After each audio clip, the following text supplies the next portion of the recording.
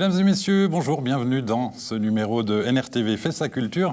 Au programme cette semaine du théâtre, avec le spectacle Tête de cerf qui se jouera à l'Escabeau à Nyon, mais aussi avec nos deux invités, Marie-Claire Mermoud, directrice artistique du Casino Théâtre de Rolle, bonjour. Bonjour. Et avec Patrick Dantan, comédien, qui jouera très prochainement au Petit Théâtre de Lausanne et à Grandchamp notamment. Bonjour. Salut. Mais pour commencer, je vous propose de faire un petit saut à Saint-Georges, où la Perle du Jura, la société d'accordéonistes de Longiro, fêtait ses 60 ans d'existence. La soirée était placée sous le thème du cirque, et nous y étions ce samedi soir. J'essaye des choses.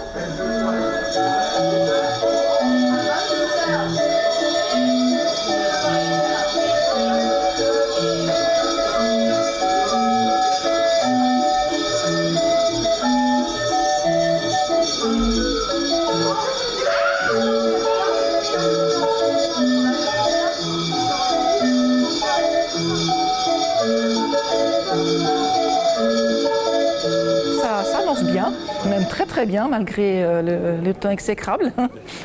Voilà, on n'a pas commandé la neige. Ouais. Non, ça s'annonce bien, je pense qu'on a un bon feeling. Salut, ça va? Ouais, toi.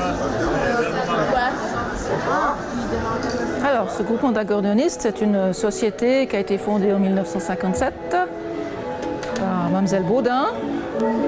C'était au départ un petit groupe d'accordéonistes, un petit groupe d'amis, et puis qui, au fil des années, s'est agrandi, et puis voilà. Et on a perduré, s'est renouvelé. Bonsoir et bienvenue à Saint-Georges pour la 59e soirée annuelle de la Perle du Jura. Ce concert très spécial nous permet de célébrer le 60e anniversaire de la société. Nous sommes 12 musiciens, un batteur, la directrice, et nous avons des percussionnistes qui viennent juste à l'occasion des soirées nous donner un coup de main.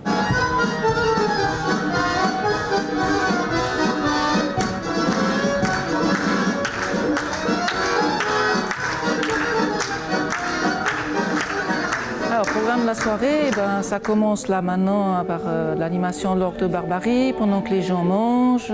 Et à 20h15, on va commencer notre spectacle. Donc le spectacle, c'est vraiment de l'accordéon.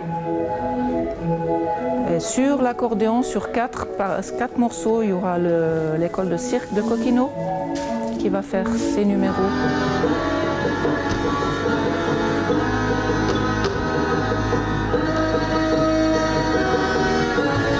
Le thème, c'est vraiment les morceaux du cirque. Donc, il y a Fellini Circus, il y a Mon Oncle, il y a Circus Rennes, We Are the Champion, on joue Rockin' Concert. Voilà, il y a une quinzaine de morceaux, quoi.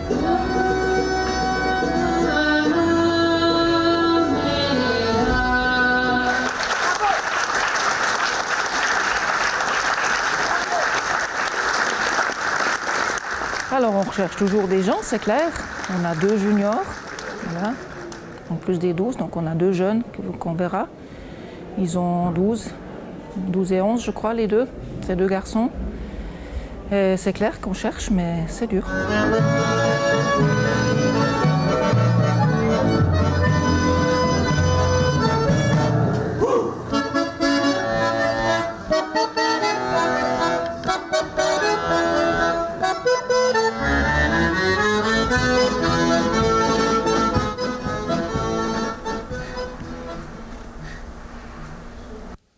Notez que si vous jouez de l'accordéon et que vous souhaitez rejoindre les rangs de la Perle du Jura, vous trouverez toutes les informations utiles à l'adresse perledujura.blogspot.ch.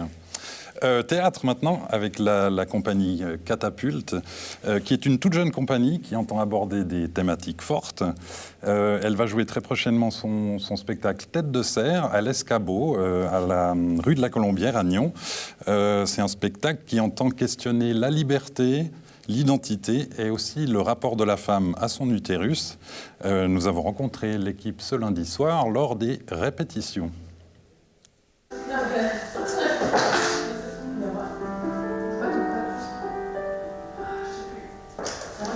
les feuilles mortes, elles sont juste ici. La compagnie Catapulte, elle est née en fait en 2016 à la suite d'un voyage que j'ai effectué avec la moitié de la compagnie, donc Claude Sprecher. On a fait un grand voyage en Chine et là-bas, on a eu cette envie, on s'est dit mais pourquoi pas devenir en fait indépendant et monter nos propres spectacles parce qu'on a l'inventivité pour ça et on a la volonté. On a été réunis par une envie quand même de faire un théâtre social en fait, proche des gens et si possible qui peut se jouer n'importe où. Je suis née femme, je suis née toi, femme biologique, sexe biologique féminin. Aucun rang taxonomique ne me décrit puisque la classification scientifique s'arrête à l'espèce Homo sapiens. Quand j'étais en Chine, j'ai participé à un concours littéraire sur Internet qui s'appelait justement Lettres à mon utérus. Et on gagnait un ouvrage du même nom, donc Lettres à mon utérus. Et j'ai eu le bonheur de gagner. Et quand je suis rentrée de Chine, il m'attendait parmi toutes les choses que j'avais reçues en mon absence. Et je l'ai lu et je l'ai trouvé vraiment extraordinaire. Et ce que je trouvais génial, c'est qu'un thème comme ça pouvait regrouper finalement des choses qui concernent vraiment tout le monde. Je suis enfantée, on me dit sacré, on me refuse tout le putain de fun d'une vie sexuelle ignorant, fécondation et gestation.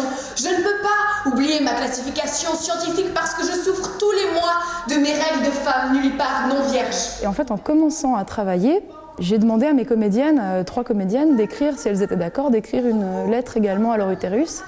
Et, si elles étaient d'accord encore une fois, de me la donner. C'est ce qu'elles ont fait. Et en fait, là, j'étais encore deuxième fois super impressionnée. J'ai trouvé ça hyper beau, en fait. Et je me suis dit, je vais demander autour de moi à plusieurs femmes si elles sont d'accord d'écrire une lettre et de me la donner. J'ai écrit le spectacle à partir de ces lettres-là. Tu croyais quoi en t'attaquant à un sujet pareil? Non mais, l'utérus c'est la vie. J'ai pas envie qu'on le salisse avec une histoire de règles. Moi par exemple, je suis une femme mais je me sens pas définie par mon utérus. Mais il y a des femmes qui se sentent complètement définies par ça et moi je trouvais ça assez intéressant.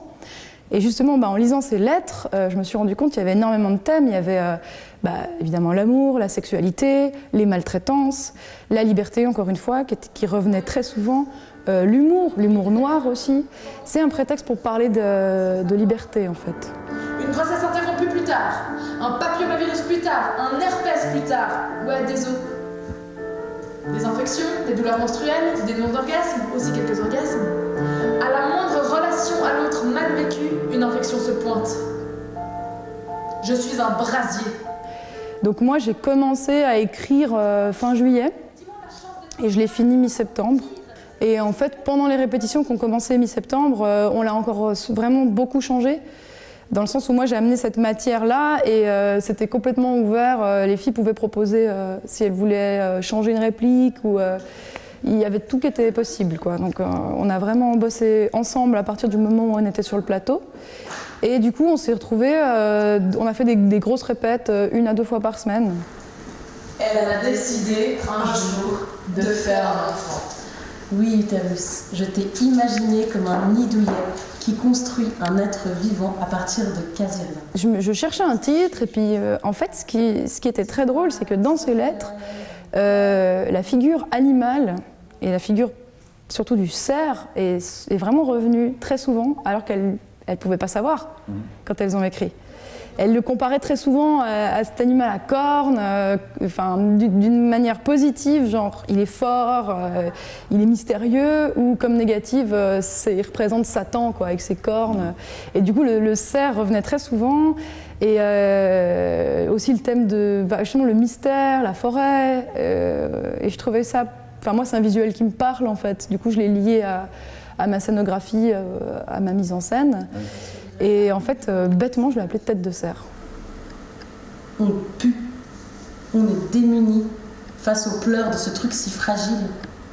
Et en même temps, on a une chute d'hormones qui nous pousse encore plus à fond dans la déprime. C'est d'une telle violence. Alors, ce sera à l'Escabeau, donc c'est rue de la Colombière 10 à Nyon.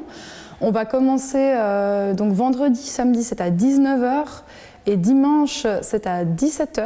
Et d'ailleurs, le dimanche, alors je le dis en exclusivité, mais on va rajouter une date à 15h.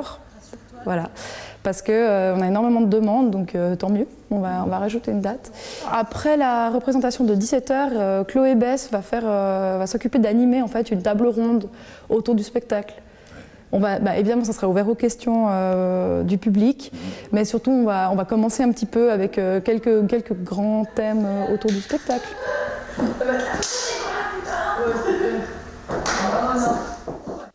Notez que, entre-temps, la supplémentaire de dimanche 15h a été annulée. En revanche, vous pouvez réserver vos places en écrivant à compagniecatapulte@gmail.com. Restons dans le théâtre avec nos deux invités. Patrick Dantan, d'abord, rebonjour. Bonjour. Tu es connu dans la région, notamment, pour être le programmateur du cinéma de Nyon, mais tu es aussi comédien. Ouais. Et tu joueras prochainement dans La Farce de Maître Patelin, une pièce qui date du Moyen-Âge. Et qui est mise en scène par Simone Audemars. Alors, en quelques mots, peut-être pour démarrer, de quoi ça parle ? Alors en fait, c'est une intrigue qui tourne autour de l'histoire d'un marchand qui s'appelle Guillaume et qui a beaucoup de moutons. Il fait garder ses moutons par un berger depuis une dizaine d'années et ce berger, petit à petit, lui a volé des moutons. Et donc, Guillaume va découvrir ça, il y a un procès qui va se mettre en place, et le berger va décider de se faire défendre par Maître Patelin, avocat, qui est un petit peu avec des difficultés financières actuellement, et qui veut se refaire. Mais pour aller plaider, il va falloir un tissu magnifique, sublime, une robe d'avocat pour aller plaider à la cour et se refaire un petit peu une réputation au sein de la société aussi. Alors il va donc chez un marchand de tissus, mais il se trouve que le marchand est le même que celui qui est propriétaire des moutons, Monsieur Guillaume. Donc à partir de là, il va falloir essayer d'obtenir le tissu, tout en étant en fait l'ennemi d'une certaine manière par rapport au procès, ce genre de choses-là. Donc il y a tout un groupe d'intrigues qui se met en place. D'accord. Et alors toi, tu joues qui Moi, je joue le berger, Agnelet, le voleur de moutons. Ouais. Qui est plus malin que ce qu'on imagine au départ. Ouais. Comme ça, ça a l'air d'être un personnage un peu simple, pauvre, un peu naïf. Et puis finalement, il sait bien rebondir par rapport à ce qui se passe, quoi. D'accord. Ouais. Moi, j'ai quand même l'impression que cette thématique, elle a quelque chose d'assez actuel. Je ne sais pas ce que tu en penses. C'est-à-dire qu'on a une galerie de personnages qui ont des tares qui sont assez propres à l'humanité, enfin, de manière générale. C'est-à-dire, il y a en même temps des personnages avares, en même temps, c'est des malins, il y a des filous. Puis on essaye un petit peu tout le temps de s'en sortir par tous les moyens, même s'il faut tromper, duper, ce genre de choses-là. Ouais. Puis il y a l'idée du commerce aussi, des commerces, la façon de faire les choses financières, etc., des affaires pour s'en sortir. Ouais. Quoi. Et ça s'adresse donc particulièrement au jeune public ? Pas particulièrement. Le spectacle, il est conseillé dès 7 ans, ouais. Mais je pense que par rapport à ces thématiques, il peut tout à fait intéresser des adultes également. Ouais.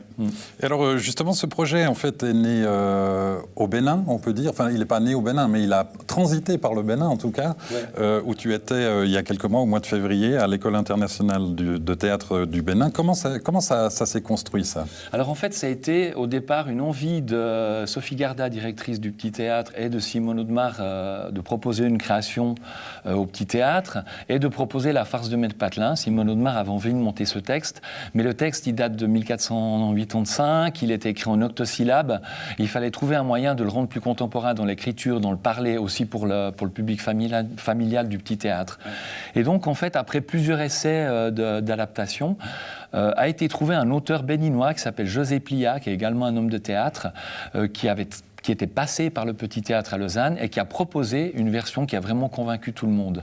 Et donc, du coup, on s'est dit, voilà, donc c'est une coproduction avec le Bénin. Donc, c'est mis en place cette traduction-là, mais aussi une distribution mixte. Ouais. C'est-à-dire qu'on est 3 comédiens romans, mais il y a aussi 2 comédiens béninois et un musicien béninois qui font partie de la distribution. Après, l'idée était aussi un petit peu de mêler justement les cultures entre l'Afrique, l'Europe, dans cette histoire justement de magouilles et de choses-là. Voilà, pour donner ce rendu quelque chose de différent et de coloré et d'amusant. D'accord. Et alors justement, qu'est-ce que tu gardes de cette expérience au Bénin ? Pour moi, c'était la première fois que j'allais en Afrique noire, donc c'était vraiment une découverte très très forte en termes de culture, en termes de beauté des paysages, en termes de pauvreté aussi. ça c'est clair. Et puis après, la rencontre culturelle était vraiment très intéressante, de travailler avec des comédiens africains. C'était vraiment très, très passionnant. Parce qu'on a bien entendu des façons de travailler totalement différentes, une énergie totalement différente. Nous, les Suisses, on sera peut-être un petit peu plus tranquilles, plus réflexifs, ce genre de choses-là. Eux, ils sont dans une énergie directe, etc. et tout. Et je pense qu'on s'est pas mal appuyés les uns sur les autres, nourris les uns des autres, de nos capacités, chacun, mais aussi pour essayer, nous, par rapport à ce qui seraient nos petites faiblesses ou nos petits doutes, puiser chez l'autre pour aller de l'avant ensemble, quoi. Donc, la farce de Maître Patelin, ça se joue au Petit Théâtre de Lausanne du 6 au 31 décembre. C'est ça. Vous allez aussi passer par Grandchamp à Gland les 9, 20 et 21 janvier. Exactement. Et il y a d'autres dates Oui, il y a des dates aussi à Ferney-Voltaire, le 10 et 11 janvier, puis on passe aussi à Vevey, au Théâtre de l'Oriental, et puis à Annecy, à Sénaux. Ouais. On a une date là-bas aussi. D'accord, Patrick, je te remercie beaucoup. Merci de l'invitation à toi. Merci. On reste toujours un peu dans le théâtre, entre autres, Marie-Claire avec toi, qui est donc directrice artistique du Casino Théâtre de Rolles. Pour commencer, peut-être comment se porte le lieu ? Le lieu, le bâtiment va très bien, la structure va plutôt bien, elle croît, il y a un moment il faudra qu'on arrête de croître parce que point trop non faux, oui. Mais ça se passe très bien, le public est de plus en plus diversifié du fait aussi de la programmation qu'il est aussi. C'est ça, voilà. J'allais le dire parce que ça comprend du théâtre, des arts vivants et du cinéma aussi. Oui. Alors par exemple, il y a le spectacle « Pourquoi j'ai mangé mon père » qui est adapté du livre de Roy Lewis. Ça se joue ce vendredi 1er à 20h et samedi 2 à 19h. En 2 mots, de quoi il s'agit ? En 2 mots, c'est l'histoire d'une famille de néandertaliens, donc on part dans la préhistoire. Et cette famille a en son sein 2 personnages phares qui portent le débat en quelque sorte. Un qui est un inventeur fou, qui s'appelle Édouard, qui ne rêve que d'une chose, c'est de faire évoluer sa communauté. Et l'autre qui s'appelle Vania, qui au contraire retient les chevaux et a peur de cette évolution. On pourrait se dire c'est une thématique un peu datée, mais pas du tout. On est en plein dedans maintenant. Hein. Ça résonne, oui. Ça résonne complètement. On est dans ces questionnements environnementaux. Continuerons-nous à croître ou sous quelle forme de croissance? Comment changer l'idéologie, entre guillemets, qui nous porte, qui est la croissance à tout prix? C'est exactement ça le sujet. Par contre, le texte est ludique et drôle, les personnages sont truculents.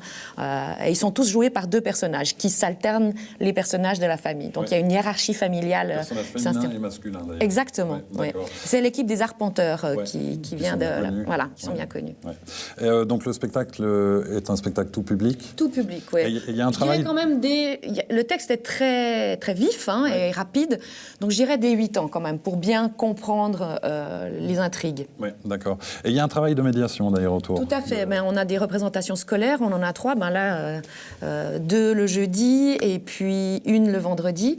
Et puis un travail aussi dans les classes, avec de la médiation dans les classes, justement pour préparer les élèves à venir au spectacle, notamment avec les écoles, les classes de Près-de-Vert, qui est donc un institut à Rolles, qui s'adresse à des enfants qui ont des difficultés sociales ou familiales et qui sont quelque temps dans cet institut. Donc c'était très intéressant pour nous de pouvoir proposer ce travail en amont. Alors dans le registre du théâtre, il y a également Délit de cuivre récidive qui rencontre un très joli succès, puisque vous avez rajouté une supplémentaire le 14 décembre à 20h.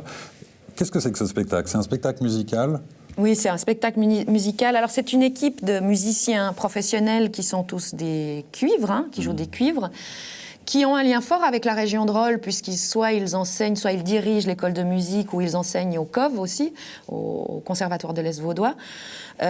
Et ces musiciens, ils avaient une envie, il y a de ça 2-3 ans, de monter un spectacle. Donc ils ont monté un spectacle qui s'appelait Délit de cuivre. Ce spectacle a cartonné et surtout ça leur a donné très envie d'aller plus loin dans la démarche et de monter un spectacle qui soit plus, je dirais, de la forme du show avec des effets de lumière, des effets sonores, plus de jeu, parce qu'ils ont vraiment pris goût à la scène. Et d'où le titre, Délit de cuivre, récidive. Par contre, les thématiques sont différentes, les musiques sont différentes, les arrangements ont été faits par des musiciens de talent, notamment Guy-François Leuenberg, qu'on connaît bien. Voilà, c'est un spectacle, c'est une bombe.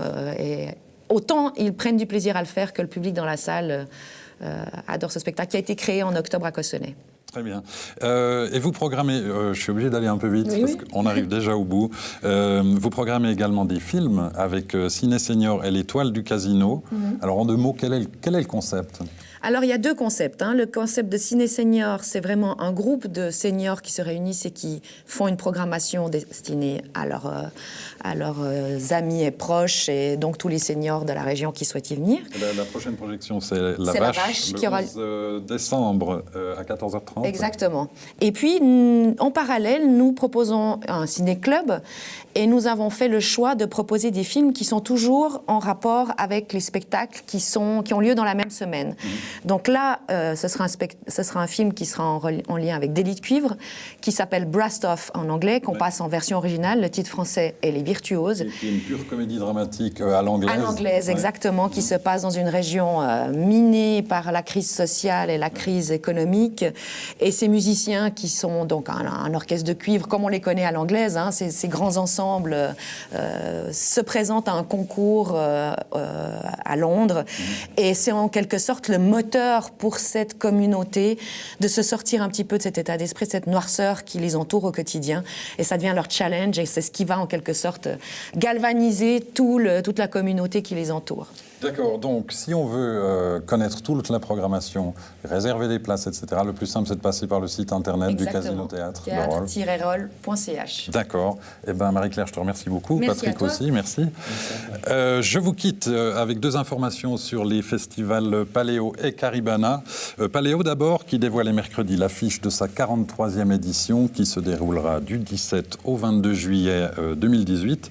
Une affiche créée par 2 élèves de la Aide à Genève et qui entend exprimer le foisonnement, les découvertes et la diversité.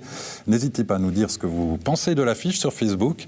Et puis Caribana, le festival de Cran, qui dévoilait quelques artistes de sa 28e édition à venir, édition qui se passera du 6 au 18 juin 2018. Alors il y aura les légendes comme Statu Quo et Simple Minds, ou encore Passenger et The Script, et côté électro française, on aura droit à Petit Biscuit et Offenbach. Vous retrouverez évidemment toutes les informations utiles et les offres sur les sites dédiés à chacun de ces festivals. Voilà, c'est la fin de cette émission. Je vous remercie beaucoup de nous avoir suivis. On se retrouve jeudi prochain pour un nouveau numéro de NRTV fait sa culture. Et d'ici là, prenez soin de vous.